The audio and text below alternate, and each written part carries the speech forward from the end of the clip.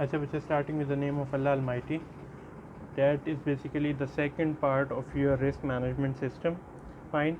अब इसमें हम कुछ ups and downs पढ़ेंगे risk management के. It is not compulsory के all the time आपको कोई डाउनफॉल ही या कोई प्रॉब्लम ही क्रिएट करनी पड़ेगी या प्रॉब्लम ही फेस करनी पड़ेगी on the basis of risk management. Some time the risk management system will create certain better opportunities as well. तो अब हम यहाँ पे कहते हैं कि सर वो ये तो पॉसिबल नहीं है कि अगर रिस्क का है वो हमारे लिए कैसे बेनिफिशियल साबित होता है. तो उसके पीछे कुछ ना कुछ लॉजिक्स हैं. फाइन. तो ups and down in risk management system में पहली चीज़ जो आपके नोट्स में भी मैंने आपको दिया है कि explosion in adaptation of sophisticated risk management process. Means अगर हम प्रोसेस स्टार्ट करें रिस्क मैनेजमेंट का तो हम एक अच्छा सिस्टम एडॉप्ट करेंगे या नहीं करेंगे. You have to adopt a system but that system should be sophisticated. Sophisticated अब किस सेंस में बात हो रही है, इट्स अप टू यू कि आप उसे अंडरस्टैंड करें. मतलब सोफिस्टिकेशन ये है कि it should be according to your requirement, it should be according to the plan. ये वो सिस्टम हो जो कि आपको वाकई लगे कि यार ये मैंने बिल्कुल सही सिस्टम सेलेक्ट किया है. मेरा जो रिस्क जिस फाइनेंशियल रिस्क के बारे में या जिस रिस्क मैनेजमेंट को मैं प्रोसेस को अडॉप्ट करना चाह रहा हूँ, दैट स्टफ दैट पर्टिकुलर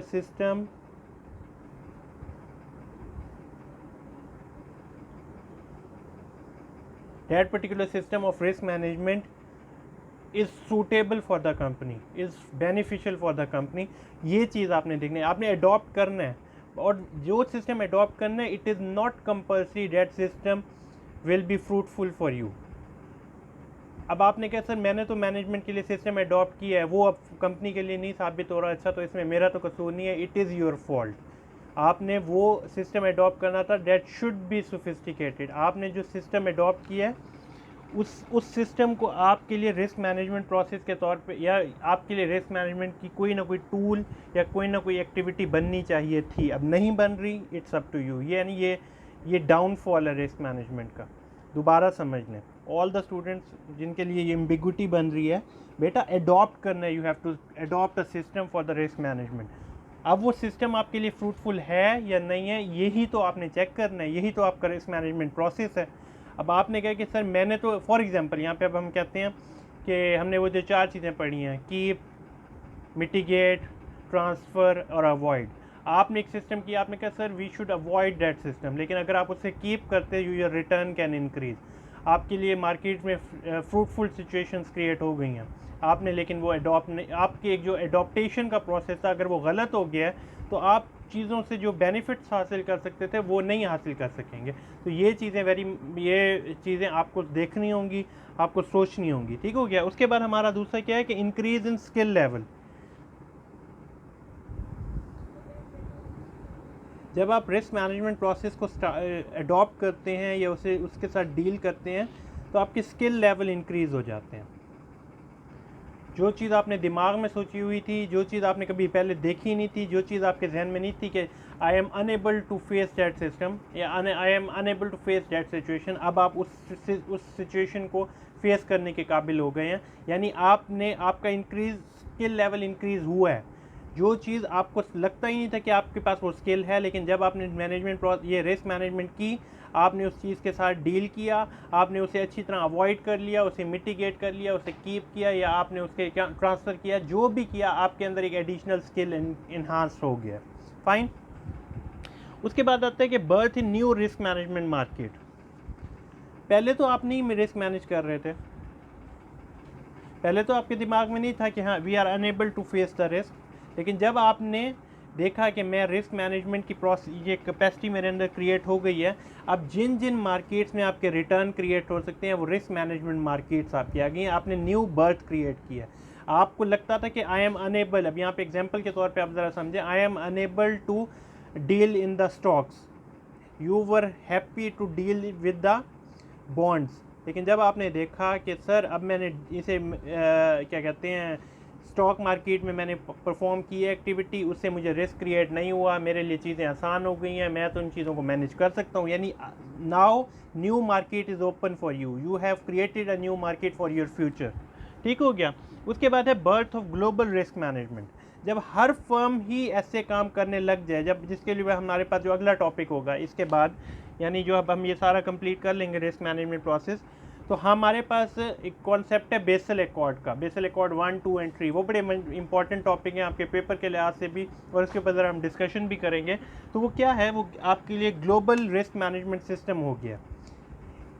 तमाम फर्म्स, तमाम countries, they have to adopt the Basel system. अब पाकिस्तान में बेसल एकॉर्ड 3 चल रहा है, हम में से किसी को नहीं पता कि वो होता क्या है, उसके ऊपर सारी डिस्कशन करेंगे। And that is basically the emerging trend.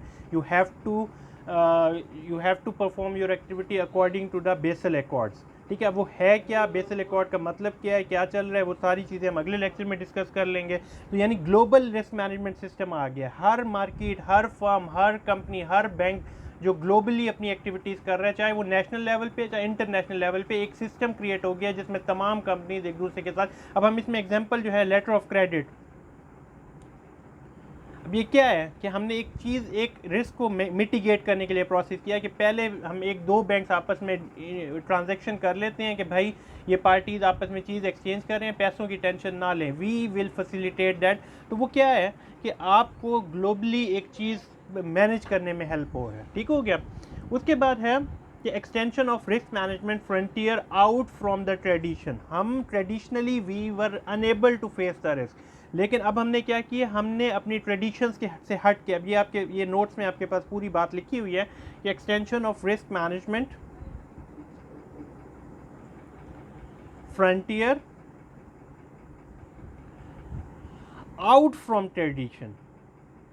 Traditionally on national scale in your frequent or normal business activities it was not your tradition। आपके दिमाग में ही नहीं था, आप कहते थे सर हम तो किसी चीज़ को मैनेज कर ही नहीं सकते, ट्रेडिशन ये हमारा ट्रेडिशन ही नहीं है, हमने तो कभी स्टॉक मार्केट में गए ही नहीं, हम तो बॉन्ड्स को डील करते हैं। लेकिन जब आपने देखा कि जो भी आपको ख़तरात थे स्टॉक मार्केट से, वो आपको ख़तरात ख़त्म हो सकते हैं, आपके प्रॉब्लम्स।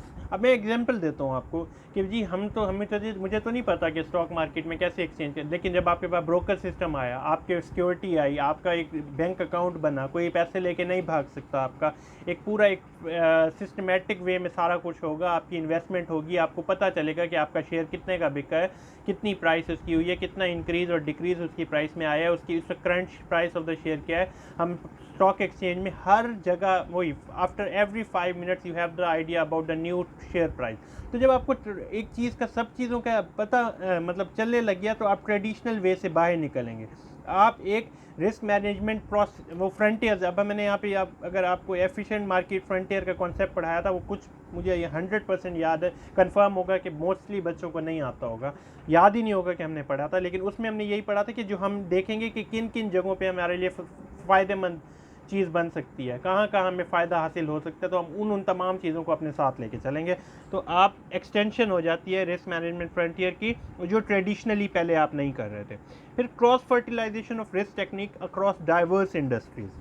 हमारे लिए ज़रूरी नहीं है कि हम सिर्फ़ और सिर्फ एक ही इंडस्ट्री में काम करें, हम एक ही जैसे एक्टिविटी करें, हमारे लिए और कोई एक्टिविटी या किसी मार्केट में और मार्केट में जाना पॉसिबल नहीं था। लेकिन जब हम अपनी मैनेजमेंट कर लेते हैं रिस्क को मैनेज करने के लिए, यार आपको क्या ख़तरा है, किस वजह से you are unable to invest in a new industry, तो तमाम चीज़ें जब आप करने लग जाते हैं, आपको अपने ऊपर एतमाद हासिल होने लग जाता है कि sir I am skilful to invest, to perform the activity in new market, in new industry. तो इट मीन्स आपके अंदर एक डाइवर्स इंडस्ट्री के अंदर इन्वेस्टमेंट की एक जो है ना क्या कहना चाहिए, इनर सेटिस्फेक्शन या इनर कॉन्फिडेंस क्रिएट हो जाता है। आपको अंदर से पता चल रहा होता है कि sir I am skilful, I have the confidence, I have the knowledge to invest in a diverse industries. अब इसकी एग्जांपल हम क्या देते हैं कि हम जब इन्वेस्टमेंट करेंगे, हम शुगर इंडस्ट्री में जा रहे थे, हम कह रहे थे कि सर वहीं से मुझे तो शुगर इंडस्ट्री का पता है, मुझे फ्लक्चुएशन शुगर इंडस्ट्रीज़ की पता है, मुझे पता है कब प्राइस बढ़ेगी, मुझे पता है कब प्राइस। लेकिन जब सिस्टमेटिक वे में आपने देखा कि मैं बाकी चीज़ों को भी पाकिस्तान स्टॉक एक्सचेंज की वेबसाइट पर देख सकता हूँ कि कहाँ प्राइस बढ़ेगी, कहाँ प्राइस कम होगी, तब आपके अंदर कॉन्फिडेंस आया। आपने कहा नहीं sir, it is not a big deal for me to get an idea about the other industry, I can invest I can get an idea about the other industry, मैं वहाँ पे भी अपनी एक्टिविटी कर सकता हूँ। तो डेट्स अ पॉजिटिव एक्टिविटी। आपने रिस्क जब मैनेज करना सीख लिया तो आप दूसरी इंडस्ट्रीज के ऊपर जाने लग गए, दूसरी इंडस्ट्री के अंदर जाके इन्वेस्टमेंट करने लगे। उसके बाद हमारा एक कॉन्सेप्ट है typologies of risk management. So typology pronunciation can be different. Typology in simple words is a synonym of type. यानी आप रिस्क मैनेजमेंट की जब टाइप्स पढ़ेंगे, अब इसके अंदर बहुत सारे रिस्क मैनेजमेंट आपको नोट्स में भी नाम दिया। मार्केट रिस्क, अब मार्केट में क्या है, जब हम कल अभी जो लास्ट वाला हमारा वीडियो था उसमें हमने इंटरेस्ट रेट की बात की, हमने एक्सचेंज रेट की बात की, तो वो तमाम रिस्क जो मार्केट से रिलेट करते हैं। आप किसी चीज़ की परचेज़ करने वाले थे, उसकी प्राइस गिर जाएगी, उसकी प्राइस बढ़ जाएगी। मार्केट में कोई चीज़ क्या कह सकते हैं, किसी चीज़ की शॉर्टेज आ जाएगी। ये तमाम फैक्टर्स आप मैनेज कर सकते हैं, ये आपने जहन में रखना है इन मार्केट रिस्क। ठीक हो गया। क्रेडिट रिस्क, क्रेडिट रिस्क अल्हम्दुलिल्लाह we are in the 8th semester, आप सारे 8th सेमेस्टर के अंदर हैं। आपको आइडिया होगा कि क्रेडिट रिस्क क्या होता है। क्रेडिट रिस्क ये है कि अगर फॉर एग्जांपल मैं किसी को क्रेडिट पे कोई चीज़ दे रहा हूँ, तो will that person return my amount, या मुझे जब कभी ज़रूरत पड़ी होगी कहीं से किसी बैंक से जाके मैं कहूँगा sir I need the credit, so will the bank be able to provide that credit. ये चीज़ें बड़ी इंपॉर्टेंट है। तो क्रेडिट रिस्क का क्या है कि चाहे मैं किसी को उधार दे रहा हूँ या मुझे कभी उधार चाहिए, will market, will the industry, will the environment, will the atmosphere help me और नॉट, ये आपके ऊपर है। ठीक हो गया। उसके बाद है लिक्विडिटी रिस्क। लिक्विडिटी रिस्क हमारा जो कॉन्सेप्ट है वो जो हमने पढ़े थे, अपने रेशियोज पढ़े थे, उसमें हमने एक रेशो पढ़ी थी, क्विक रेशो। क्या था कहानी कि if you are uncertain regarding the inventory, आपको पता है कि सर मुझे नहीं पता कि इन्वेंट्री मेरी सेल हो जाएगी या नहीं होगी, आपने क्या किया, आपने इन्वेंट्री निकाल दी अपने करंट एसेट्स में, और फिर आपने क्विक मैनेज किया, क्विक रेशो चेक की कि अगर मैं इन्वेंट्री निकाल भी दूँ, क्या मैं उस फिर भी इस काबिल हूँगा कि करंट लायबिलिटी पे कर सकूँ। अब ये चीज़ें, ये चेकिंग क्या है, ये आपकी लिक्विडिटी रिस्क को मैयर करने के लिए होती है। आप अगर करंट रेशो में जाते हैं, आप लिक्विडिटी रेशो, ये current ratio and quick ratio क्या है, लिक्विडिटी रेशोज़ हैं। आप चेक करते हैं कि will the companies assets be easily convertible into cash और नॉट। तो these sort of activities should be in your mind. Operational risk की हमने कल भी बात की थी, जब हमने उसके 3 हमने डिस्कशंस की थी। ऑपरेशनल रिस्क क्या है कि फ्रॉड ना हो, मिस्टेक्स ना हो जाएं, कंपनी हमारे लिए सही एक्टिविटी परफॉर्म कर सके। अच्छा, ऑपरेशनल रिस्क में हमने जो बातें की थी एज इट इज़ वही की वही तमाम बातें आप जहन में रखिएगा। हम अपने ऑपरेशनल एक्टिविटी में क्या करेंगे, हम एफिशिएंट हैं, हमारी चीज़ों में कोई लूप होल्स तो नहीं है, हमारी चीज़ें हमारे लिए फ्रूटफुली काम करेंगी या नहीं, ये तमाम फैक्टर्स आपने ऑपरेशनल रिस्क में रखने हैं। ठीक हो गया। उसके बाद है legal and regulatory risk. All the activities which you are performing within an industry should be according to rules according to the law.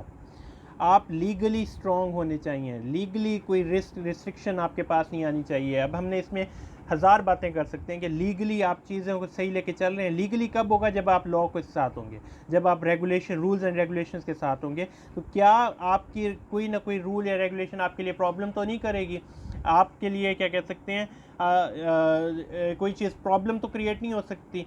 तो legal and regulatory risk factors को आपने देखना होगा। अब सर लीगली में आप कोई एग्जांपल दे दें, तो मैंने एक एग्जांपल क्लास में डिस्कस की थी कि for example I want to start a fertiliser factory.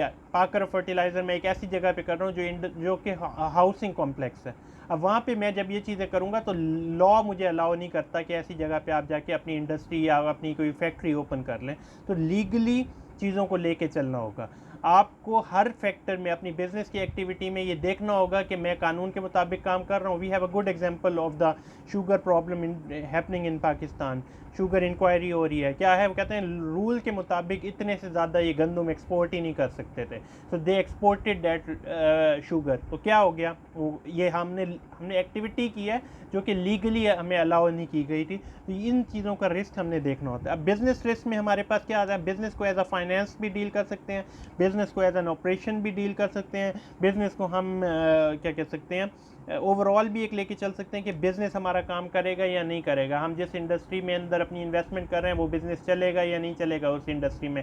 क्या हम कोका कोला और पेप्सी के होने के बावजूद अपना बिज़नेस एक स्टार्ट करते हैं नेक्स्ट कोला का, क्या वो बिज़नेस हम चल सकेगा या नहीं चल सकेगा। तो बिज़नेस रिस्क में हम वो तमाम फैक्टर जो एक बिज़नेस को इफ़ेक्ट कर सकते हैं, चाहे हमारे लिए हम ये कह रहे हैं भाई नेचुरल डिज़ास्टर्स हो जाएंगे या कोई मार्केट में ऐसी सिचुएशन आ जाएगी कि जो चीज़ हम हर वक्त सेल कर सकते थे वो बिज़नेस वो नहीं चलेगी। तो कोरोना की एग्जांपल में आप ध्यान में रख के कोई भी बात कर सकते हैं। स्ट्रेटेजिक रिस्क, जो स्ट्रेटेजिक रिस्क है वो क्या है कि हम we all in all relied on the manager. हमने कहा ये मैनेजर साहब जो है ना, whatever the decision he will take that will be the best decision. तो हमने उन पे रिलाई कर दिया। उन्होंने जब रिस्क मैनेजमेंट स्ट्रेटेजी ली, उन्होंने रिस्क को अवॉइड किया। लेकिन हमारे कंपेटिटर ने क्या कीप स्ट्रेटेजी पे गए। उसने क्या किया, ही फेस द रिस्क, उसका रिटर्न 18% इंक्रीज़ हो गया। हम क्योंकि अवॉइड कर गए, हमारा वो 18% का लॉस हो गया।